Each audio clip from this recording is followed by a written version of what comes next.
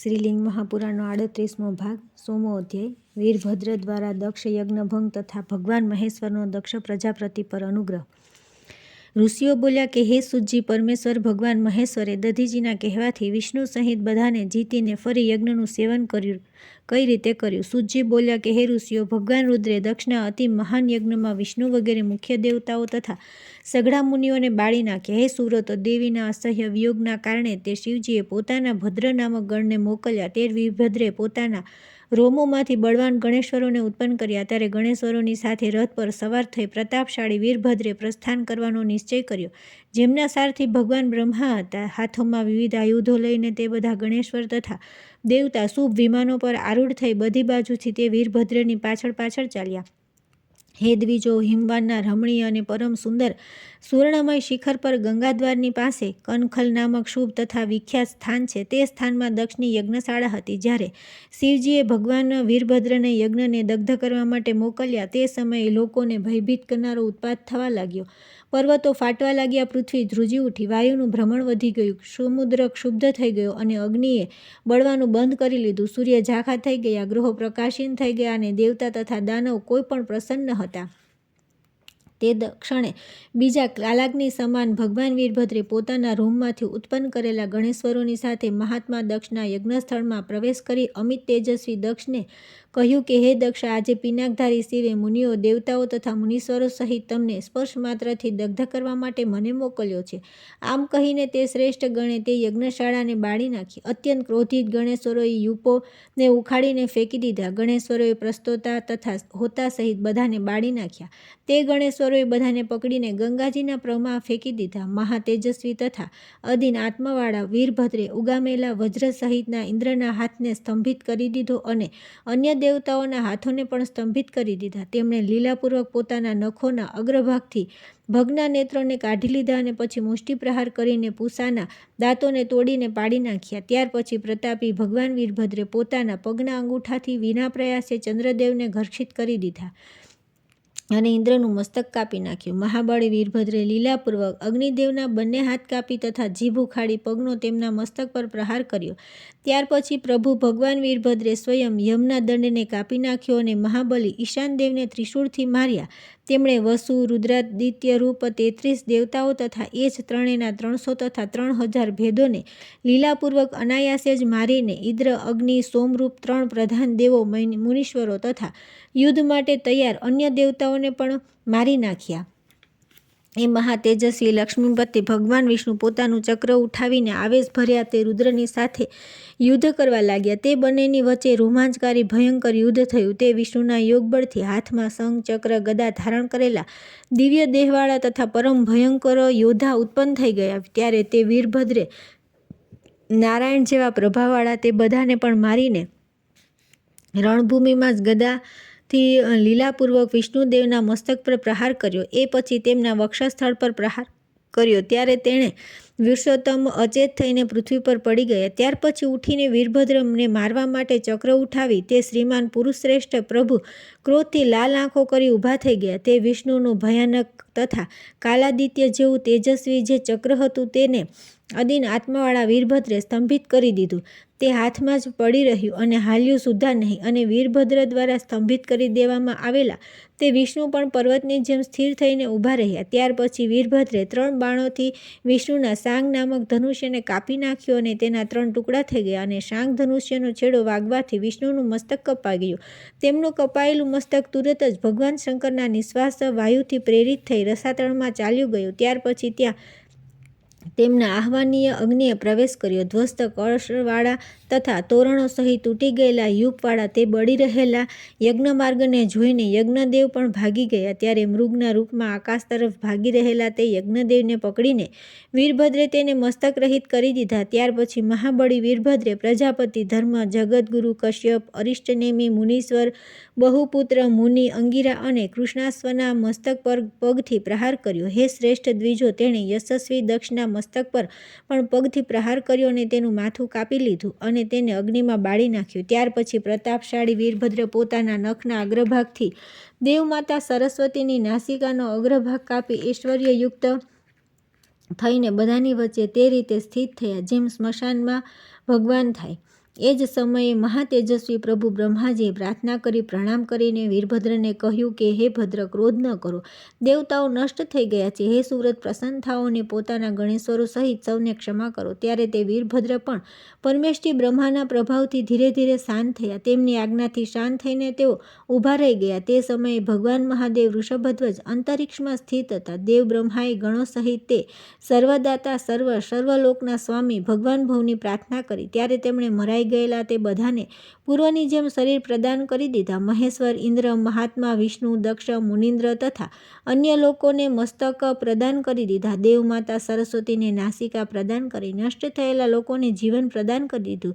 સાથે સાથે તેમણે જુદા જુદા વરદાન પણ આપ્યા. ભગવાન મહાપ્રભુ ભવે લીલાપૂર્વક ધ્વસ્ત મુખવાળા દક્ષનું મસ્તક સહિત મુખ બનાવી દીધું. ત્યારે ચેતના પ્રાપ્ત દક્ષે પણ હાથ જોડીને દેવદેવેશ વૃષભધ્વજ શંકરની સ્તુતિ કરી. તેમના દ્વારા સ્તુતિ કર્યા પછી મહાતેજસ્વી શિવે ઉત્તમ કર્મવાળા તે દક્ષને વિવિધ વરદાન પ્રદાન કરીને તેમને ગણપતિ પદ પ્રદાન કર્યું. ત્યારે બધા દેવતાઓએ દેવેશ પરમેશ્વરની સ્તુતિ કરી. ભગવાન નારાયણે પણ હાથ જોડી તેમની સ્તુતિ કરી. બ્રહ્મા તથા બધા મુનિઓએ પણ બ્રહ્માની સૃષ્ટિ કરનાર દેવદેવેશ નીલકંઠ વૃષભધ્વજ પૃથક સ્તુતિ કરી. ત્યાર પછી તે દેવતાઓ પર અનુગ્રહ કરીને શિવજી પણ અંતર્ધ્યાન થઈ ગયા. ત્યાર પછી આવે છે 101મો અધ્યાય. સતીનું હિમવાનની પુત્રી પાર્વતીના રૂપમાં પ્રાગટ્ય. શિવની પ્રાપ્તિના માટે તેમનું કઠોર તપ. તારકાસુર દ્વારા દેવતાઓને પરાજિત કરવા. શિવ દ્વારા કામદેવનું દહન તથા પુનઃ જીવિત કરવા. ઋષિઓ બોલ્યા કે કલ્યાણમયી અંબા સતી હિમવાનની પુત્રી કઈ રીતે થયા અને તેમણે દેવોના દેવ મહેશ્વરને પતિ રૂપે કઈ રીતે પ્રાપ્ત કર્યા. સૂતજી બોલ્યા કે હે શ્રેષ્ઠ દ્વિજો, તે શ્રેષ્ઠ સુંદર કુમારીએ તપસ્યા દ્વારા પોતાની ઈચ્છાથી મેનાના શરીરનો આશ્રય લઈને હિમાલયની પુત્રી રૂપે જન્મ લીધો. પર્વતરાજે તેના જાતકર્મ વગેરે સંસ્કાર સંપન્ન કર્યા. ત્યારે 12મું વર્ષ પૂરું થવાથી હિમવાનને તે સુંદર પુત્રી તપસ્યા કરવા લાગી. તેની સાથે સુંદર મુખવાળી તેની સર્વલોક નમસ્કૃત અને બીજી નાની બહેન પણ હતી. ત્યારે બધા ઋષિ સર્વલોકની મહેશ્વરી તે દેવીની ચારે બાજુથી ઘેરીને તપસ્યા માટે તેની સ્તુતિ કરવા લાગ્યા. તેમનામાં સૌથી મોટી અપર્ણા હતી. તેનાથી નાની સુંદર મુખવાળી એક પર્ણા હતી અને ત્રીજી પરમ સુંદરી એક પાટલા નામવાળી હતી. મહાદેવી પાર્વતીની તપસ્યાથી પ્રાણી માત્રના સ્વામી પરમેશ્વર મહાદેવ તેમના વશમાં થઈ ગયા.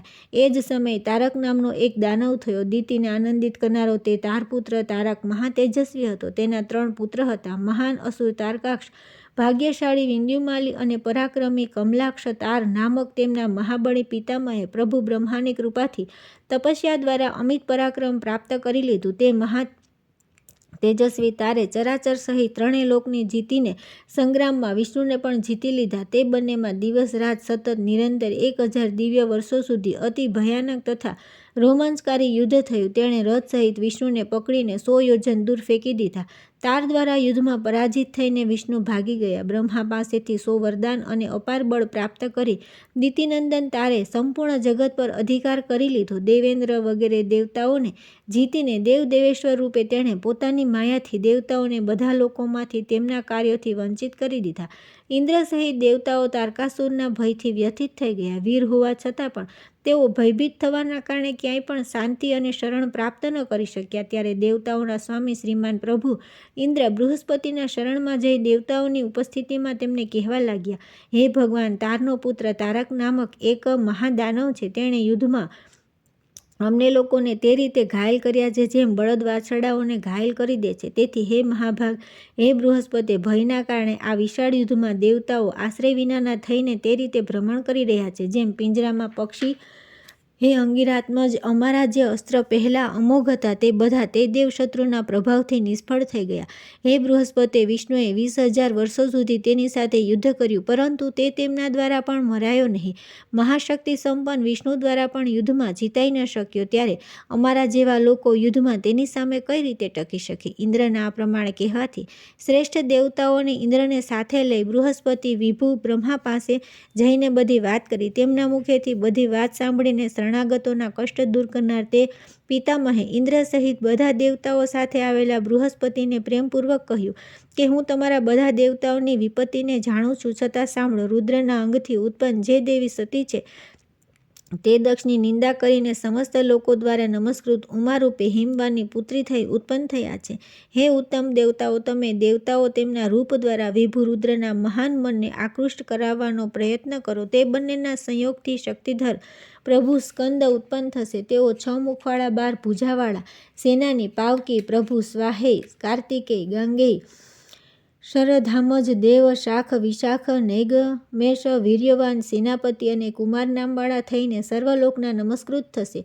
તેઓ મહાસેન બાળક હોવા છતાં વિના પ્રયાસે એકલા મહાબળી તારકાસુરનો વધ કરી દેવતાઓનો ઉદ્ધાર કરશે. ત્યારે તે પરમેષ્ઠી બ્રહ્માના આ પ્રમાણે કહેવાથી ઇન્દ્ર સહિત બધા દેવતાઓ સાથે સુરવત બૃહસ્પતિએ દેવોના દેવતે બ્રહ્માને પ્રણામ કરી મેરુના શિખર પર જઈને કામદેવનું સ્મરણ કર્યું. હે શ્રેષ્ઠ દ્વિજો, દેવગુરુ બ્રહ્માના સ્મરણ કરવાથી જગતના જીવ સ્વરૂપ કામદેવે પણ પોતાની પત્ની રતિની સાથે ત્યાં આવીને હાથ જોડી નમસ્કાર કરી ઇન્દ્ર સહિત બૃહસ્પતિને કહ્યું, બૃહસ્પતિએ તમે મારું સ્મરણ કર્યું છે, તેથી હું તમારી પાસે આવ્યો છું. મારે શું કરવાનું છે તે બતાવો. ત્યારે બૃહસ્પતિ તેને કંઈ જ બોલવા હતા ત્યાં તે ઉત્સુકતાવશ ભગવાન ઇન્દ્રે કામદેવની પ્રશંસા કરી તેને કહ્યું કે હવે તમે સુખપૂર્વક શંકર સાથે અંબિકાનો સંયોગ કરાવો.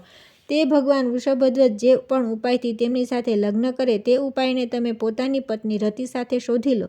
પહેલેથી જ તે અંબિકાથી વિયુક્ત થયેલા તે મહાદેવ પણ તે પાર્વતી ઉમાને પુનઃ પ્રાપ્ત કરી પ્રસન્ન થઈ તમને શુભ ગતિ પ્રદાન કરશે. તેમના આ પ્રમાણે કહેવાથી દેવોના દેવ ઇન્દ્રને નમસ્કાર કરીને કામદેવે તે રતિની સાથે શંકરજીના આશ્રમમાં જવાનો નિશ્ચય કર્યો.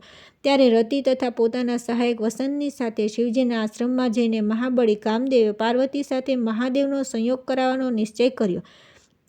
ત્યાર પછી કામદેવને જોઈને હસતા હોય એમ ત્રિનેત્ર શિવે અવજ્ઞાપૂર્વક તેને પોતાના ત્રીજા નેત્રથી જોયા. ત્યાર પછી તેમના નેત્રમાંથી ઉત્પન્ન અગ્નિએ પાસે જ ઊભેલા કામદેવને તે જ ક્ષણે બાળી નાખ્યો.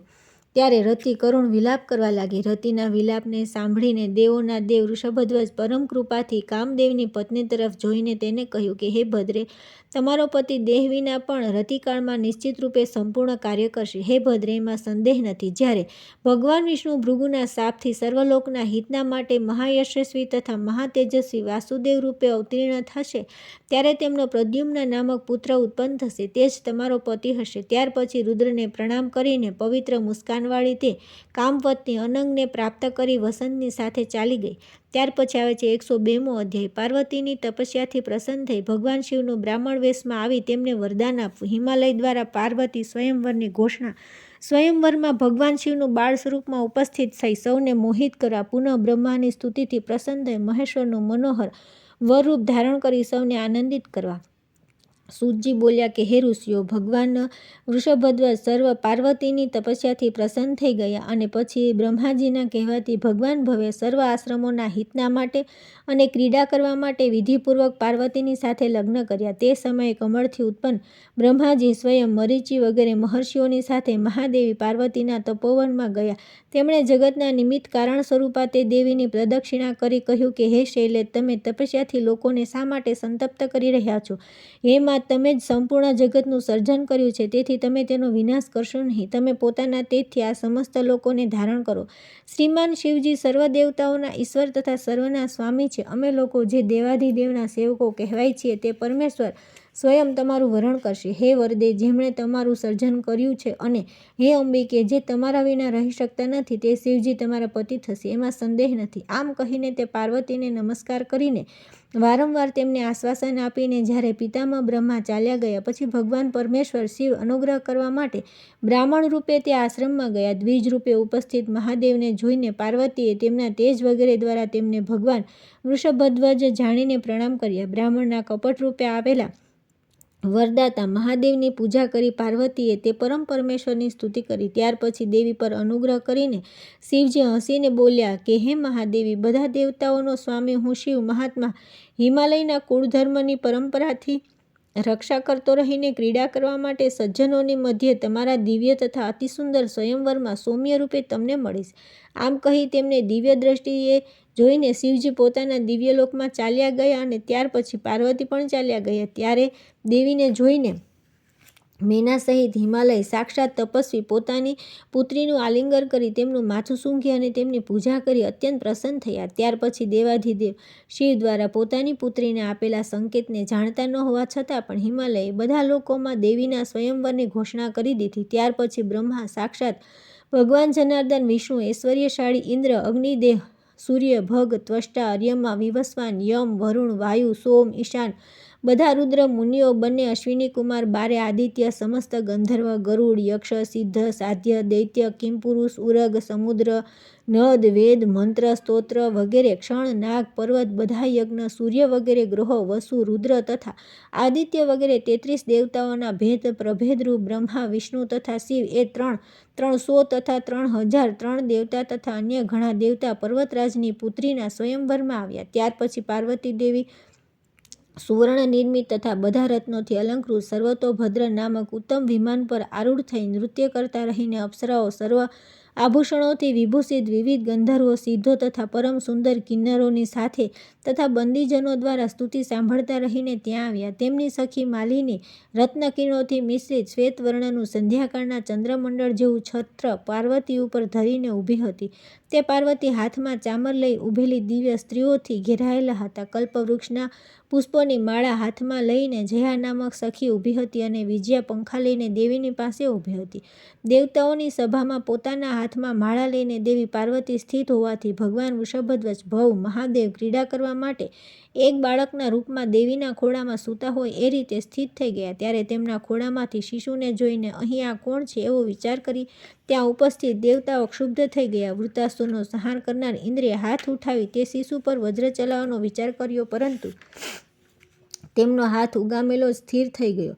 શિશુ રૂપધારી દેવોના દેવ શિવ દ્વારા લીલાપૂર્વક સ્તંભિત કરી દેવાયેલા તે ઇન્દ્ર વજ્ર ફેંકવા તથા પોતાની ભુજા ચલાવવામાં સમર્થ ન થયા. એ જ પ્રમાણે અગ્નિદેવ પણ પોતાની શક્તિ ચલાવવામાં સમર્થ ન થયા અને ઊભા રહી ગયા. હે શ્રેષ્ઠ મુનિઓ, એ જ પ્રમાણે યમ પોતાના દંડને નિરુતિ, પોતાના ખડગને વરુણ, પોતાના નાગપાશને વાયુદેવ, પોતાના ધ્વજાદંડને સોમ, પોતાની ગદાને દંડધારીઓમાં શ્રેષ્ઠ કુબેર પોતાના દંડને તથા ઈશાન પોતાની તીક્ષ્ણ ત્રિશૂળને ઉઠાવીને ઊભા જ રહી ગયા. બધા રુદ્ર, શૂરને, બધા આદિત્ય, મૂષણને તથા વસુઓ, મુદ્ગરને ઉઠાવેલા જ રહી ગયા. બધા દેવતાઓ મહાદેવ દ્વારા સ્તંભિત કરી દેવામાં આવ્યા. આ પ્રમાણે દેવાધિદેવ અન્ય દેવતાઓને પણ સ્તંભિત કરી દીધા. વિષ્ણુ પોતાનું માથું હલાવતા રહી ચક્ર ઉઠાવી ઊભા રહ્યા. તે બાળકે તેમના મસ્તકને પણ સ્થિર કરી દીધું. વિષ્ણુ પોતાનું ચક્ર ફેંકવા તે ભુજાઓને ચલાવવામાં સમર્થ ન થયા. પૂષાએ મોહિત થઈને પોતાના દાંત કિટકિટાવી તે બાળક તરફ જોયું. શિવની દ્રષ્ટિ પડવા માત્રથી તેમના દાંત પડી ગયા. તે જ પ્રમાણે વિભુ શિવે સર્વના બળ, તેજ તથા યોગને સ્તંભિત કરી દીધા. ત્યાર પછી ક્રોધમાં ભરેલા તે બધા દેવતાઓના સ્તંભિત થઈ ગયા. પછી અત્યંત વ્યાકુળ બ્રહ્માએ શંકરનું ધ્યાન કરી એ જાણી લીધું કે ઉમાના ખોળામાં ભગવાન ઈશાન જ વિરાજમાન છે. ઈશાન દેવને ઓળખીને શીઘ્ર તેમને ઉઠાવી વિસ્મિત થયેલા પિતામહે શંભુના ચરણોની વંદના કરી અને પ્રાચીન સમગાન તેમના પવિત્ર નામો તથા ગુપ્ત નામો દ્વારા તેમની સ્તુતિ કરી. બ્રહ્માએ કહ્યું કે આપ સમસ્ત લોકોના સ્રષ્ટા તથા પ્રકૃતિના પ્રવર્તક છો. આપ સર્વ લોકોની બુદ્ધિ તથા અહંકાર છો. આપ ઈશ્વર છો. હે ઈશ, આપ જ સર્વ પ્રાણીઓની ઇન્દ્રિયોના પ્રવર્તક છો. હે મહાબાહો, સર્વપ્રથમ આપના જમણા હાથથી પુરાતન હું બ્રહ્મા ઉત્પન્ન થયો છું અને ડાબા હાથથી ભગવાન નારાયણ ઉત્પન્ન થયા છે. હે સૃષ્ટિ કારણ, આ દેવી પ્રકૃતિ સદા આપના પત્નીનું રૂપ ધારણ કરી જગતમાં કારણભૂત બન્યા છે. હે મહાદેવ, આપને નમસ્કાર છે. મહાદેવીને વારંવાર નમસ્કાર છે. હે દેવેશ, મેં આપની કૃપાથી તથા આપના આદેશથી આ પ્રજાઓ તથા દેવતાઓ વગેરેનું સર્જન કર્યું છે. આપના યોગથી મોહિત થઈ આ દેવતાઓ બધા મૂઢતાને પ્રાપ્ત થઈ ગયા. હવે આપ તેમના પર અનુગ્રહ કરો જેથી તેઓ પૂર્વવત થઈ જાય. સૂતજી બોલ્યા કે હે ઋષિઓ, આ પ્રમાણે દેવોના દેવ મહેશ્વરનું સ્તવન કરી પદ્મયોની ભગવાન બ્રહ્માએ તે શિવ દ્વારા સ્તંભિત કરવામાં આવેલા દેવતાઓને કહ્યું કે મૂઢતાને પ્રાપ્ત તમે બધા દેવતાઓએ સર્વ દેવો દ્વારા નમસ્કૃત થનારા અહીં આવેલા દેવદેવ શંકરને ઓળખ્યા નહીં. હે દેવતાઓ, ઇન્દ્ર વગેરે તમે બધા દેવતાઓ, નારાયણને, બધા મુનિઓને તથા મને સાથે લઈને આ પ્રકૃતિ સ્વરૂપા પાર્વતીની સાથે વિરાજમાન સર્વશ્રેષ્ઠ પ્રભુ દેવેશ પરમાત્મા ઈશ્વર શંકરના શરણમાં તુરંત ચાલો. ત્યારે તે શિવ દ્વારા સ્તંભિત કરાયેલા નારાયણ સહિત તે બધા શ્રેષ્ઠ દેવતાઓએ પ્રભુ શિવને મનથી પ્રણામ કર્યા. ત્યારબાદ દેવોના દેવ ત્રિલોચન તેમના પર પ્રસન્ન થઈ ગયા અને તે પ્રભુએ બ્રહ્માના વચનાનુસાર બધાને પૂર્વવત કરી દીધા. આ પ્રમાણે પ્રસન્ન થઈ જતા તે દેવેશ્વર બધા દેવતાઓ દ્વારા ન જો શકાય તેવું દિવ્ય તથા અદ્ભુત શરીર ધારણ કર્યું. ત્યારે તેમાં તેજથી ઇન્દ્ર, ચંદ્ર, સૂર્ય, બ્રહ્મા, સાધ્યગણ, નારાયણ, યમ, બધા રુદ્રો વગેરે સહિત તે દેવતા દ્રષ્ટિવાળા થઈ ગયા. ત્યારે તે લોકોએ પ્રભુને દિવ્ય દ્રષ્ટિ માટે પ્રાર્થના કરી. એ પછી ઉમાપતિ શિવ તે બધાને દિવ્ય દ્રષ્ટિ આપી, જેથી તે બધા સર્વ કાંઈ જોવામાં સમર્થ થઈ શકે. સાથે સાથે તેમને ભવાની તથા હિમાલયને પણ દિવ્ય દ્રષ્ટિ આપી. ત્યારે દિવ્ય દ્રષ્ટિ પ્રાપ્ત કરીને બ્રહ્મા તથા ઇન્દ્ર સહિત વિષ્ણુ વગેરે પ્રધાન દેવતાઓએ તે મહેશ્વરના દર્શન કર્યા. બ્રહ્મા વગેરે દેવતાઓ, ભવાની, પાર્વતી, ગિરીશ્વર, હિમાલય મુનિઓ તથા શિવપ્રિય ગણેશ્વરોએ તુરત જ મહાદેવને પ્રણામ કર્યા. આકાશચારી સિદ્ધો તથા ચારણોએ તેમના પર પુષ્પવૃષ્ટિ કરી. દેવતાઓના વાજિંત્રો વાગવા લાગ્યા, મુનિઓ પ્રભુની સ્તુતિ કરવા લાગ્યા, મુખ્ય ગંધર્વો ગાવા લાગ્યા તથા અપ્સરાઓ નાચવા લાગી. બધા ગણેશ્વરો આનંદિત થઈ ઉઠ્યા અને અંબા પાર્વતી પણ આનંદ વિભોર થઈ ગયા. તે સમયે આહ્લાદિતા દેવી પાર્વતી ત્રિદેવોની સમક્ષ તે શિવના ચરણોમાં દિવ્ય તથા સુગંધિત માળા સમર્પિત કરી દીધી. બ્રહ્મા, યક્ષ, ઉરગ, રાક્ષસો સહિત બધા દેવતાઓએ સાધુ સાધુ કહી ત્યાં તે પાર્વતી દ્વારા પૂજિત શિવને દેવી સમેત પૃથ્વી પર મસ્તક ટેકવીને પ્રણામ કર્યા. ત્યાર પછી આવે છે 103મો અધ્યાય. ભગવાન શિવ અને પાર્વતીના વિવાહ, માંગલિક કથા તથા વિવાહ પછી ભગવાન શિવનું કાશી આગમન અને પાર્વતીને મુક્તિ ક્ષેત્ર કાશીનો મહિમા બતાવો. સૂતજી બોલ્યા કે હે ઋષિઓ, ત્યાર પછી બ્રહ્માએ હાથ જોડી મહાદેવ મહેશ્વરને પ્રણામ કરી આ પ્રમાણે કહ્યું કે હે દેવ, આપ વિવાહ કરો. તે પરમેષ્ઠી બ્રહ્માનું તે વચન સાંભળી ભૂતપતિ શિવ લોકેશને કહ્યું કે જેવી આપની ઈચ્છા. હે સુરત, બ્રહ્માએ મહેશના વિવાહ માટે તે જ ક્ષણે રત્નમય, દિવ્ય અને સુંદર નગરનું નિર્માણ કર્યું. આ પછી અદિતિ, દીતિ, સાક્ષાત દનુ, કદ્રુ, શકુલિકા, પુલોમા, સુરસા, સિંહિકા, વિંતા, સિદ્ધિ, મયા, ક્રિયા, સાક્ષાત દેવી દુર્ગા, સુધા, સ્વધા, વેદમાતા, સાવિતી, રજની,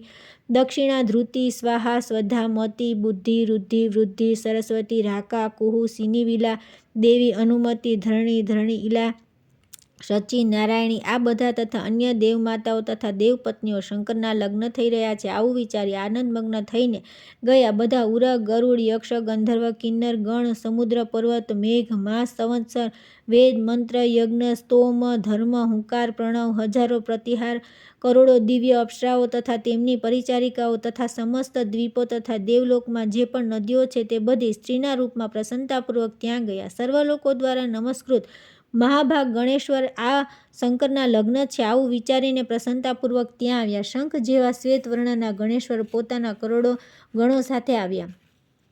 કેકારક્ષ 10 કરોડ ગણો સાથે, વિદ્યુત 8 કરોડ ગણો સાથે, વૈશાખ 64 કરોડ ગણો સાથે, પારયાત્રિક 9 કરોડ ગણો સાથે, શ્રીમાન સવાર્તક 6 કરોડ ગણો સાથે, વિકૃતાનંદ પણ 6 કરોડ ગણો સાથે, ગણોમાં શ્રેષ્ઠ જ્વાલાકેશ 12 કરોડ ગણો સાથે, શ્રીમાન સમજ 7 કરોડ ગણોની સાથે, દુંદુભ 8 કરોડ ગણોની સાથે, કપાલીશ 5 કરોડ ગણો સાથે, ઉત્તમ સંદારક 6 કરોડ ગણોની સાથે અને ગંડક તથા કુંભક કરોડો કરોડો ગણો સાથે આવ્યા. હે દ્વિજો, સર્વશ્રેષ્ઠ ગણેશ્વર વિષ્ટંભ 8 કરોડ ગણો સાથે અને પીપલ તથા સન્નાદ 1000 કરોડ ગણો સાથે આવ્યા.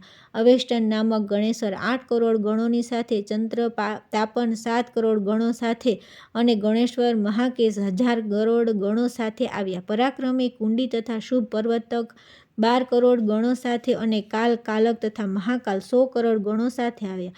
અગ્નિક 100 કરોડ ગણો સાથે તથા અગ્નિમુખ 1 કરોડ ગણો સાથે આવ્યા. તે જ પ્રમાણે આદિત્ય, મૂર્ધા તથા ધનાવહ નામક ગણેશ્વર પણ 1 કરોડ ગણોની સાથે આવ્યા. સન્નમા તથા કુમુદ 100 કરોડ ગણો સાથે આવ્યા.